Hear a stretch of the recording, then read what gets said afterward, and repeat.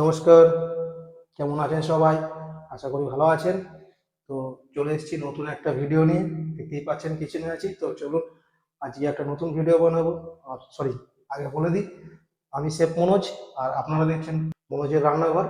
তো সবাই অবশ্যই ভালো থাকবেন, সুস্থ থাকবেন, আর দেখতে থাকুন নতুন রেসিপি, খুব ভালো লাগবে। তো চলুন শুরু করা যাক আজকের ভিডিওটা।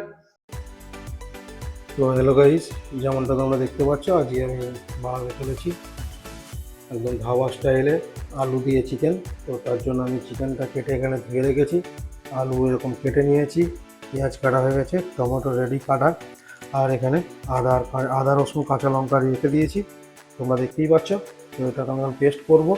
তো চলো শুরু করা যাক আজকের রান্না, দেখতে থাকো, অবশ্যই ভালো লাগবে। তো গাইস, কড়াই বসিয়ে দিয়েছি, আর এর মধ্যে আমি অ্যাড করে দিলাম সর্ষের তেল, দেখতে পাচ্ছ। তো আমার সর্ষের তেল গরম হয়ে গেছে। তো এর মধ্যে আমি আলুগুলোকে ভালো করে ভেজে নেবো, দেখতে পাচ্ছ। আমি এর মধ্যে আলুগুলো সব দিয়ে দিলাম। তো এখন আলুগুলো আমি ভালো করে ভেজে নেবো,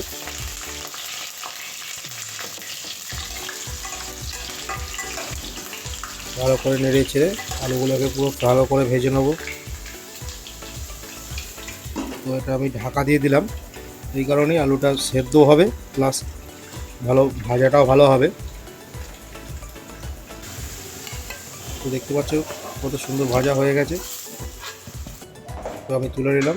এবার চিকেনটা রেডি করব। চিকেনের মধ্যে আমি অ্যাড করব নুন, হলুদ। তো এই দুটোকে আমি ভালো করে মিক্স করবো এবার।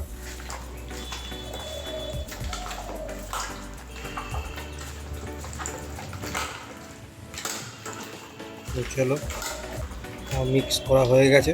তো এগুলোকে এবার আমি তেলের মধ্যেই, যে তেলে আলু ভেজেছিলাম, তো এই তেলের মধ্যেই আমি একটা একটা করে চিকেনগুলো সব দিয়ে ভালো করে ভেজে নেবো চিকেনটাকে। দেখো,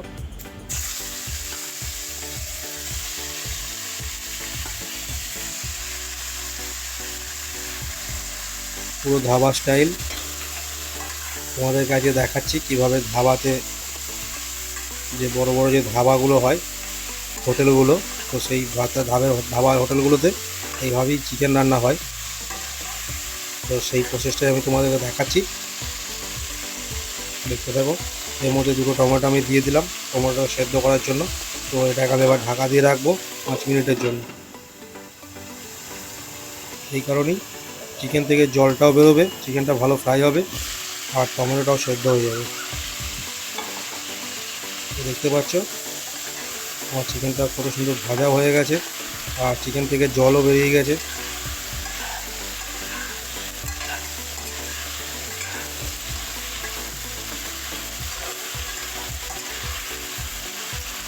একটু নাড়াচাড়া করে নিলাম, দেখতেই পাচ্ছ সব পুরো সেদ্ধ হয়ে গেছে চিকেন, তেলের মধ্যেই ফ্রাই হয়ে চিকেন হয়ে গেছে। তবু আর 2 মিনিটের জন্য আমি দিয়ে রাখছি, কারণ টমেটোটা আর একটু হবে বলে। তো গাইস, আমার এটা হয়ে গেছে, দেখতেই পাচ্ছ যে কত সুন্দর।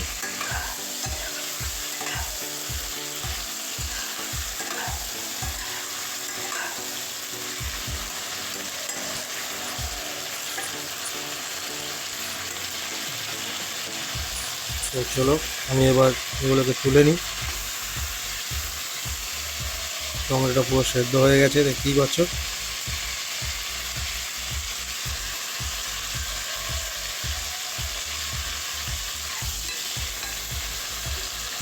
তো এবার আমি চিকেনগুলোকেও তুলে নেবো।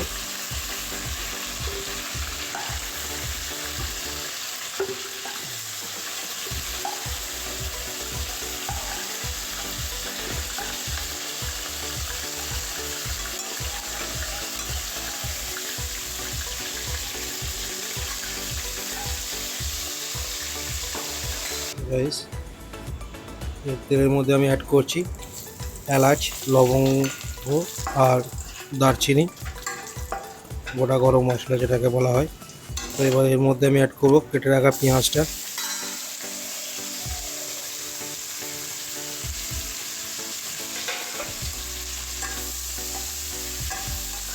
তো পেঁয়াজটাকে ভালো করে নেড়ে চেড়ে নেবো।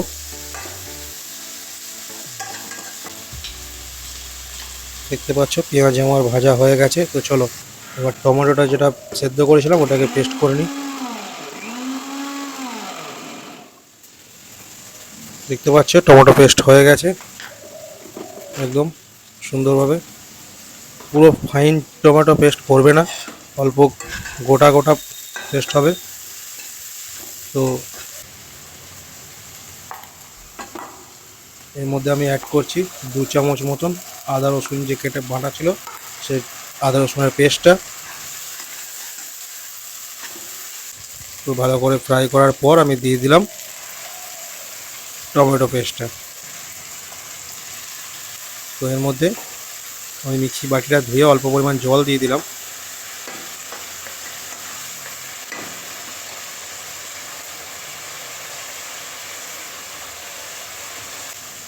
দেখতে পাচ্ছ কত সুন্দর ফুটছে, জলটা খুব কমে আসলে এবার আমি দিয়ে দিচ্ছি হলুদ, জিরে গুঁড়ো আর কাশ্মীরি লঙ্কার গুঁড়ো। কারণ আমি আদা রসুন পেস্টের মধ্যেই লঙ্কা দিয়েছিলাম, তাই লঙ্কার গুঁড়ো আমি অ্যাড করব না, শুধু জাস্ট কালারের জন্য কাশ্মীরি লঙ্কাটা অ্যাড করলাম।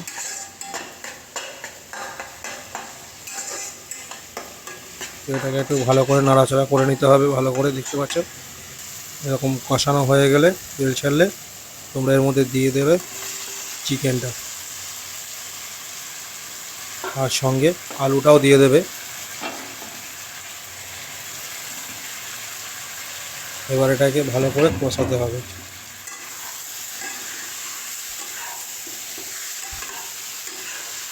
তো আমি এখন আলু আর এটাকে ভালো করে কষিয়ে নিতে হবে।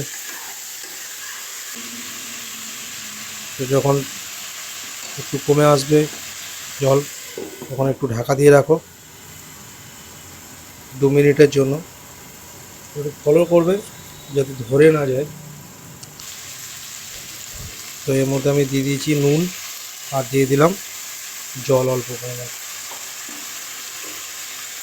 চলো একটু নাড়িয়ে নিই আর একবার ভালো করে কষিয়ে নিই।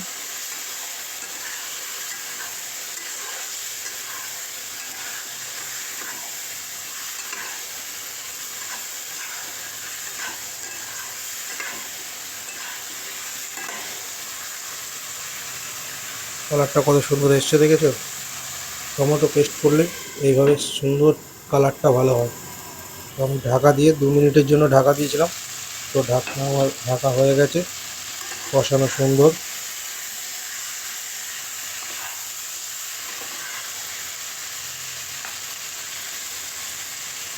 আলু 60% বয়েল হয়ে গেছে আমার।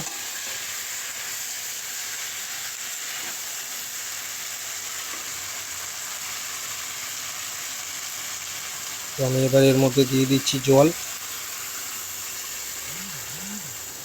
গরম জল দেবে এতে তাড়াতাড়ি মাংসটা ভালো সেদ্ধ হবে। তো আমি এখানে গরম জল দিয়েছি, তোমরা গরম জলই দেবে। এরকম পরিমাণ তোমরা যদি কম ঝোল খেতে চাও তো কম ঝোল করবে। তো এইভাবে ঢাকা দিয়ে 10 মিনিটের জন্য রেখে দেবে অল্প ফ্লেমে হালকা হিটে। তো দেখো আমার চিকেন হয়ে গেছে, এই যে দেখো চিকেন হয়ে গেছে। তো যদি ভিডিওটা ভালো লাগে তো প্লিজ একটা লাইক করে দিও, আর চ্যানেলে নতুন হলে চ্যানেলটাকে সাবস্ক্রাইব করে দিও, আর কমেন্ট করে জানিও তোমরা কী ধরনের ভিডিও চাইছো বা কোন রেসিপির উপর ভিডিও চাইছো। আমি সব রকমই দিতে পারবো। তো চলো একটু গরম মশলা দিয়ে দিই।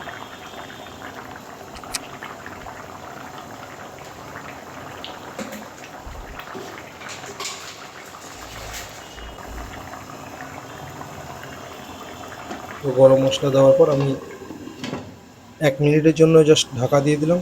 তো একটা লাইক কমেন্ট শেয়ার আর সাবস্ক্রাইব করে দিও। আজকের মতন এখানেই, টাটা, ভালো থেকো, আসছে নতুন ভিডিও।